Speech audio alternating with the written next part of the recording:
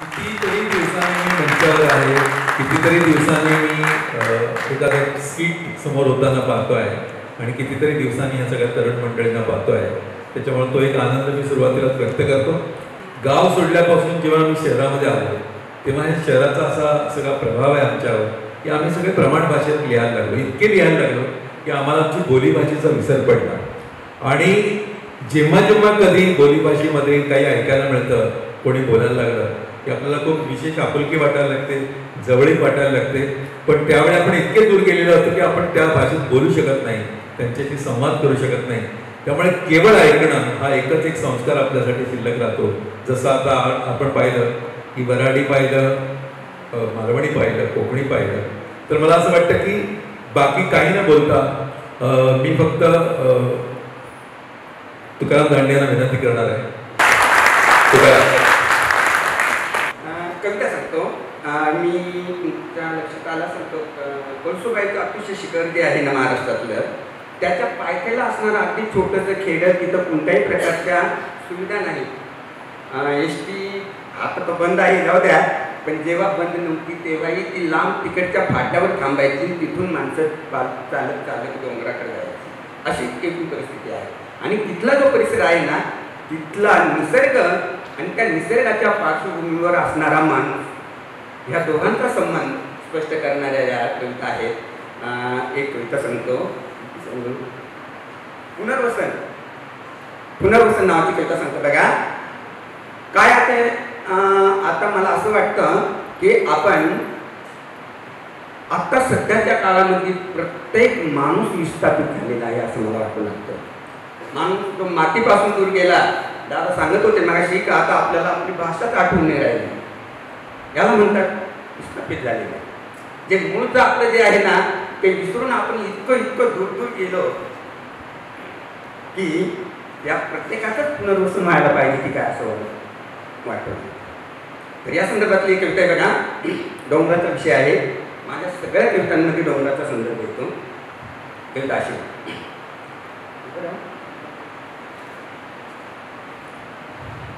कविता अशी करा. लय जुनी गोट आहे. एकदा देवा दानवांनी समुद्र मंथन केलं. आता त्याच्यातून अमृत, दारू आणि अजून लय काही निघालं.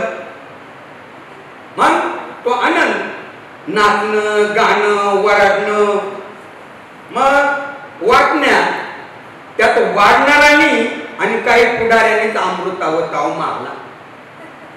बाकीच्यांना दारू मिळाली.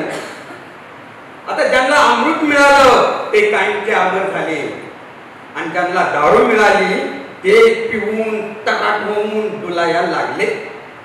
झाली गोष्ट बघा. वेदातली गोष्ट आहे ती. त्याचा संदर्भ घेऊन पुढची कविता आहे. अरे पण त्या समुद्र मंथनासाठी ज्या डोंगराचा वापर केला त्याचं काय? त्याच्यावर लय जीवचित्रात राहत होता. झाडवेली, पशु पक्षी, किडा मुंगी, खेकडं माकडं, वानरं आणि वानरासारखी काही माणसंही राहत होती. एकमेकाच्या आधारानं जगत होती, जगण्यावर प्रेम करत होती. या आभाळाखाली त्या डोंगराच्या पोटाला माणसासहित सजीवांची संस्कृती आकार घेत होती. तो अख्खा डोंगर पाण्यात बुडून गरगरा फिरवला आणि तिथला ते एक साप धरून त्याची दोरी करून वडवड वडला. आणि त्याच्या पाठीचे मणके खटाखट निसटले असतील. रक्ताच्या गोळण्या टाकून मरला असं बिचारा. त्याचा काही विचार जाऊ द्या. इले जुनी गोट आहे. काय देवा दानवांच्या भांगेली त्यात माणसाचा आणि सजीवांचा कशाचा काय आला विचार. पण आता जर त्यांच्या देवाचाही देव आला आणि ह्या डोंगराचा वापर करायला निघाला तर त्याला खणकावून सांगितलं पाहिजे की भाऊ या डोंगराच्या वापरामुळं इथं अमृताचे पाठ वाहणार असतील का अख्ख्या देशात दिवे लागणार असतील का या देशाची जागतिक महासत्ता होणार असेल ते काय नको सांगू. अगोदर इथले किडामुंगी झाडवेली पशु पक्षी या सगळ्यांसहित इथल्या माणसाचं पुनर्वसन होईल का ते अगोदर सांग. त्याच्या डोंगरातल्या एखाद्या उघड्या वागड्या लोंगटीवाल्या माणसाला जाऊन विचार, तो सांगल कारण चंडाळांवर इथल्या माणसाचं काळीजच हरवून गेलं तर तुमच्या महासत्तेला कोण हुंगतो, तुमच्या महासत्तेला कोण हुंगतो.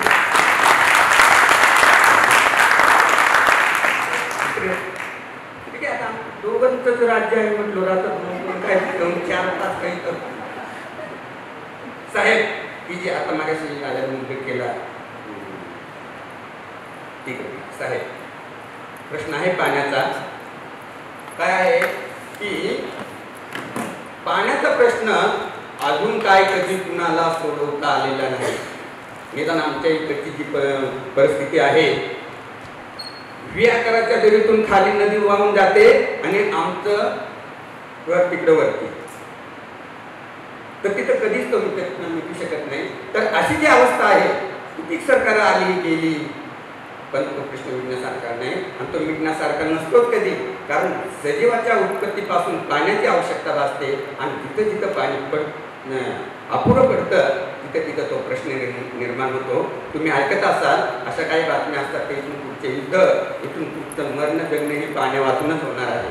त्यामुळं ते पाण्याचं महत्त्व काय आणि त्या संदर्भातली एक आहे साहेब. साहेब म्हणजे अर्थातच लोकप्रतिनिधी म्हणा किंवा प्रशासनातले अधिकारी म्हणा असं काहीतरी, पण पाण्याच्या प्रश्नाशी संबंधित असलेले काशी साहेब. अवर इथं कशाचा देश धर्म आणि जात पात साहेब, अवर इथं कशाचा देश धर्म आणि जात पात, इथं मरणाशी आट्यापाट्या खेळत पाणी गवशीत फिरणं आणि पाण्या वाचून मरणं ही तिथली रीतभात. साहेब अहो इथं कशाचा देश धर्म आणि जात पात. हा डोंगर, त्याच्या पाठीमागे डोंगर, त्याच्या ह्या डोंगर, इथून तिथून डोंगरच डोंगर आणि त्यांच्या सावलीत विसावलेल्या या उघड्या बोडक्या खोलखोल दऱ्या, हे खात खळगे, हे उचवटे आणि हे सगळे दगडगोटे, हाच आमचा देश. दुसऱ्या कोणत्या देशाची बोट करता साहेब? हाच आमचा देश. कोरडा खडखडीत इथला पावसाळा आम्हाला आपटून धोपटून काढतो आणि आठवेनं खडकावा वाळा घालतो. लई त्रास होतो साहेब, लई त्रास. घशाला कोरड पडते, अंगाची लाही लाही होते, जीव घाबरा घुबरा होतो. तेव्हा इथला एखादा माणूस उंबराच्या झाडाच्या मुळीला असा शिपला मारतो आणि खाली वाटी धरतो. धक्का भराने ते उंबराचं झाड वाटी भरून पाणी देतं आणि तेच आमचं देव होऊन जातं साहेब, तेच आमचं देव होऊन जातं. कारण इथं पाणी देईल तो देव होईल अशी गोष्ट आहे. अजून एक गोष्ट सांगतो साहेब, या इथं डोंगराच्या त्या अंगात सर्व तिरीत टाक्यात म्हणून एक गाव आहे. तिथं मरणाच्या दारात घुटमळणाऱ्या आणि पाण्यासाठी तडफडणाऱ्या जटायूसाठी प्रभू रामचंद्रानं भुईत बाण मारून पाण्याच्या चिळखंड्या काढल्या. जटायूला लय बरं वाटलं, जटायूला लय बरं वाटलं आणि प्रभू रामचंद्र म्हणजे लय मोठा माणूस, म्हणजे देव माणूस हे आम्हालाही पटलं. जाऊन द्या साहेब, तिला जुनी गोष्ट झाली. पण आता या कलियुगामध्ये तुम्ही त्या तिकडच्या धरणातून लिफ्टना पाणी उचलून नालातून पैपातून कशा नाही का होईना या डोंगराच्या मध्यापर्यंत आणून सोडलं आणि एखाद्या कपारीतून भका भका बाहेर काढलं तर तुम्ही रामापेक्षाही मोठं होऊन जाल. तर तुम्ही रामापेक्षाही मोठं होऊन जाल. राहता राहिली मातांची बात. 10 लक्ष्मीचा तारा हातात घेऊन सांगतो साहेब, असं जर झालं ना म्हणजे ते पाणी जर या डोंगरापर्यंत आलं ना तर इथली उघडी वागडी पोरं सोरं, येड्या धड्या बाया वापऱ्या, डोईवर हात ठेवून आभाळ निहाळणारी म्हातारी कोतारी माणसं, इतकंच नाही तर या डोंगराच्या अंगा खांद्यावर खेळणारी मुकी जनावर आणि रानपात्र, या सगळ्यांची लाख लाख मतं तुम्हालाच मिळतील साहेब. या सगळ्यांची लाख लाख धन्यवाद. कविता अशी आहे. त्या दिसावडा कडेन गडद तिंसना, त्या दिसावडा कडेन गडद तिंसना, मंद मंद वाजत आयली तिची गो पैंजना. त्या दिसावडा कडेन गडद तिंसना, मंद मंद वाजत आयली तुझी गो पैंजना. मौन पडले सगळ्या राना, शिरशिरून थांबली पाना. मौन पडले सगळ्या राना, शिरशिरून थांबली पाना. कवळी जाग आयली तना, झेमता झेमताना, मंद मंद वाजत आयली तुझी तो पैंजना. पैसुल्यान वाजली घाट, दाटलो नाही जो कंठ काठ. पैसुल्यान वाजली घाट, दाटलो नाही जो कंठ काठ. सावड्यानी घमघमाट सटलो त्या खिणा, मंद मंद वाजत आयली तिची गो पैंजना. आता हे सगळं आपण बोलत होतो, एक खूप कडक स्टेटमेंट आहे प्रमाण भाषेची मराठीच्या. काही लोकांना ते आवडणार नाही, पण मालवणी मधली जी गंमत, कोकणी मधली जी गंमत, वराडी भाषेतली जी गंमत, आगरी कोणबी भाषेतल्या ज्या बोलताना जी गंमत असते ना, ती गंमत काढून टाकली ना की त्याची प्रमाण भाषा मराठी होते, असं मला नेहमी वाटतं. की सगळी भाषा इतकी कडक आहे आपली की त्याच्यामध्ये हा जो सगळा फ्लेवर आहे ना, हा फ्लेवर येऊ शकत नाही. म्हणजे मी जेव्हा आगरी भाषेतली काही गाणी ऐकतो तेव्हा मला नेहमी असं वाटतं की तो जो गोडवा आहे ना, तो गोडवा प्रमाण मराठीमध्ये नाही, तो मुद्दाम गाण्यातून आणावा लागतो, असं मला नेहमी वाटतं. म्हणजे यो टांगा कोणाचा, यो टांगा कोणाचा, या टांग्याला लाल गोंडा, ग बाय बाय टांग्याला लाल गोंडा. आई माझी कोणाला पावली गो, आई माझी कोणाला पावली, पावली ला ला ला ला ला ला ला ला ला ला. हा जो गोडवा आहे भाषेतला, हा गोडवा मला प्रमाण भाषेमध्ये सापडत नाही. की भाषेमध्ये जी एक फार सुंदर गंमत असते ना, म्हणजे आता कोंकणीमध्ये हाव लेता असं एकदम म्हणतात, मी बोलतोय असं, मी बोलतोय, ते किती गोड आहे ना हाव लेता, आणि मराठीमध्ये मी बोलतो असं आहे. तर ताबडतोब कळतं की त्या भाषेमधलं जे सॉफ्टनेस आहे ना, तो सगळा गेलेला आहे. आमच्या आगरी भाषेमध्ये क असं म्हणतात, म्हणजे कशाला, म्हणजे फार बोलतच नाहीत ते, पूर्ण वाक्य बोलत नाही. क जातस, कला जातस असं म्हणतात. किंवा आपण मराठीमध्ये केल्यामुळे, गेल्यामुळे इतकं असं सगळं म्हणतो ना, तसं ते इतकं म्हणत नाही. गेलतान, चालतान असं जे बोलतो ना, दोन्ही शब्द एकत्र करून अशी त्याची छान त्याला एक अशी वळण आहे की त्याच्यामुळे ते फार गोड वाटतं ऐकतात. म्हणजे जर का आता माझ्याबरोबर कोणी बोलायला नाही, तर आगरी भाषेत किंवा कोळंबी भाषेत जर का कोणी बोलायला लागलं तर इतकं ते गोड वाटायला लागतं. आणि मला नेहमी असं वाटतं, एक खूप सुंदर वाक्य आहे, जी वाक्य या निमित्तानं बोललं गेलं पाहिजे. कदाचित बोलीभाषेचा हा सगळा आपला कार्यक्रम आहे, त्या कार्यक्रमाचं सगळ्यात परवलीचं वाक्य आहे असं मला वाटतं. फार अगोदर पु ल देशपांडे एकदा आपल्या मित्रांना सांगताना असं म्हणाले होते की आपण विष्णुशास्त्री चिपळूणकरांची जी मराठी आहे, ज्याला आपण प्रमाण मराठी म्हणतो, ती प्रमाण मराठी जर का स्वीकारली नसती आणि आपण महात्मा फुल्यांची साधी गोडी गावाकडची मराठी स्वीकारली असती, तर मराठीमध्ये आता जे सगळे पेच आहेत भाषेवरचे, ही शुद्ध, ही अशुद्ध, ही मागासलेली, ही शहरी, हे सगळे गोष्टी आता राहिल्या नसत्या. आपण थोड्याशा आणखीन पुढे असतो. आत्ता सगळ्या बोलीभाषा बोलायला लागलेल्या आहेत.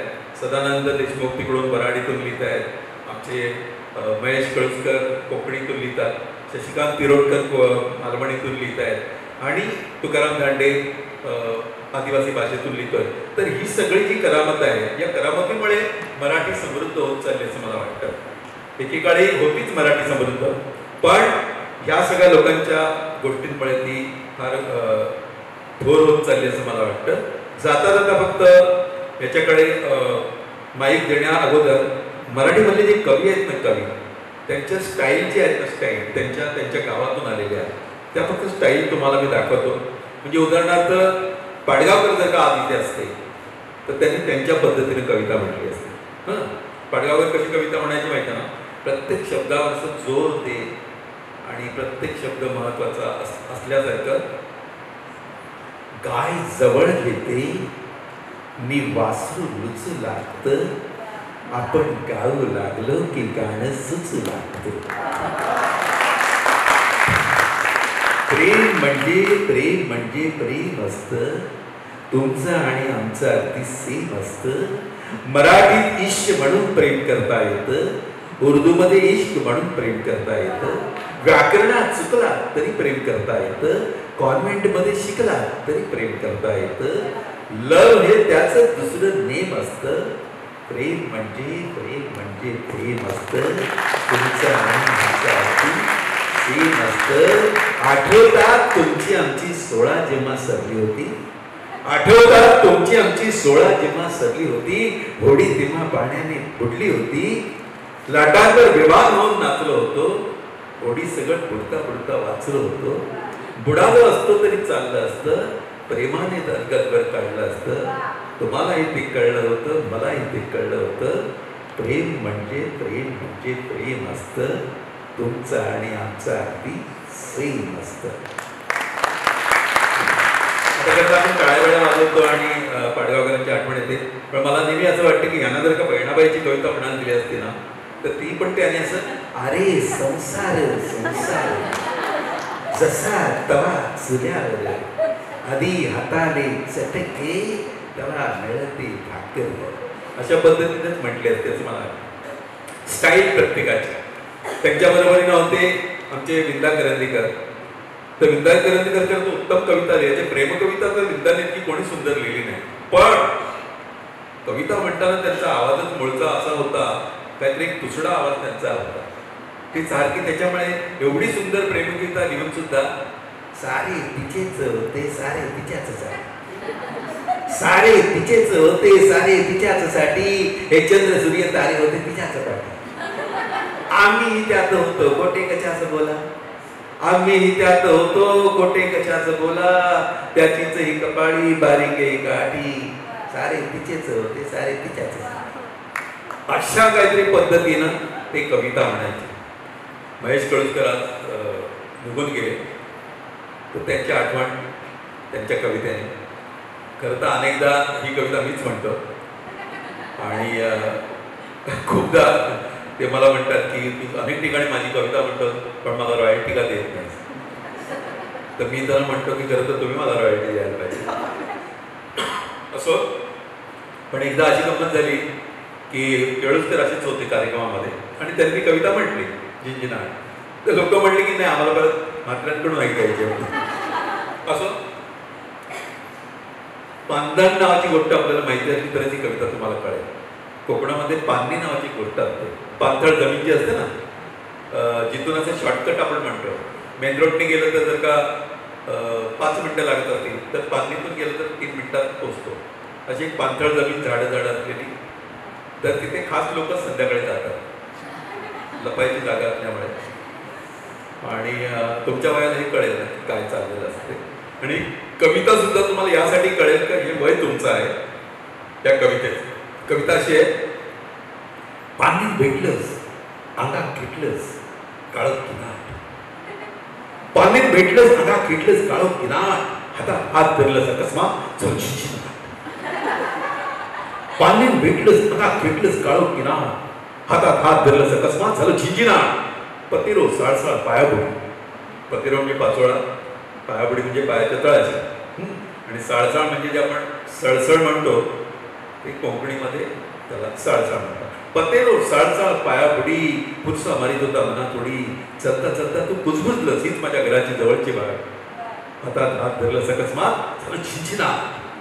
काय बोलत होतो नि खै चालत होतो कुणास ठाऊक, काय बोलत होतो नि खै चालत होतो कुणास ठाऊक, तुझ्या वाटेत पिकल्या आंब्या फणसांच नुसतो भंगमान, हातात हात धरलंस अकस्मात झालं झिंझिनाट.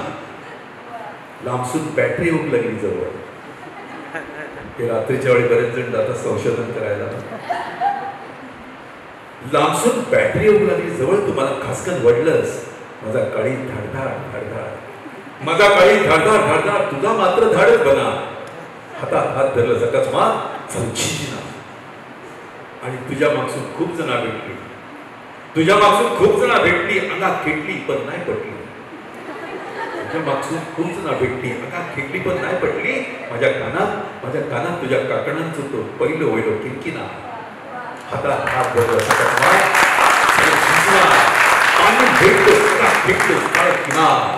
हातात हात धरलं सकस्मात संचिना संचिना. तिसरीच्या पुस्तकामध्ये कविता आहे, पोर डोंगराव भाळली. पोर डोंगराव भाळली, पोर डोंगराव भाळली, त्याच्या नादी लागुनिया अक्षरानात पांगली. डोंगराव भाळली, रान गवताची फुलं तिच्या कानामंदी डुल, अन जाईचा मोहर गळामंदी गळसर. आहो टणटणी फुलली तिच्या नाकामंदी फुली, अन बुरांडीची फुलं तीन केसात माळली. डोंगराव भाळली, पोर डोंगराव भाळली, पोर माळावर खेळली अन वाऱ्या संग बोलली. वड पारंबीचा झुला तिचा गेला आबाळाला, पान सागरीच गोंड खाल लाल झालं तोंड. आहो हसता हसता मौगवताव लोळली. डोंगराव भाळली, पोर डोंगराव भाळली, गाई दांडाच्या वाटन चाली अंगत नेतन. ढोल ढगांचा वाजला नाच मोराचा पाहिला, आली पाऊस पहाडी तवा गर्दीत पळाली. पावसानं भिजवली तरी उन्हात वाळली. डोंगराव भाळली, पोर डोंगराव भाळली. शेवटचं कडवं आहे. ती छोटी पोरगी, हे सगळं छोट्या पुढचं वर्णन आहे, पण ती मोठी होते आणि तिचं लग्न होतं. तिला दूर तिकडे शहरामध्ये दिलं जातं, जसे आपण शहरात म्हणत. आणि मग त्या डोंगराशी त्या सगळ्या निसर्गाशी तिचा संबंध तुटतो आणि त्याला म्हणतात विस्थापन. विरह, हे प्रेम विरह किती झाले तरी काही नाही, परत घडत असतात, त्याचं नाही काय. पण मातीपासून जर माणूस तुटला ना, तो जो विरह असतो ना, तो त्या संदर्भातली अशी शेवटच्या आहेत. तिचं मन डोंगरात तिला दिलं शहरात, आता गच्चीवर जाते दूर डोंगर न्याहाळते. त्याचा आठव येऊन येतो हुंदका दाटून,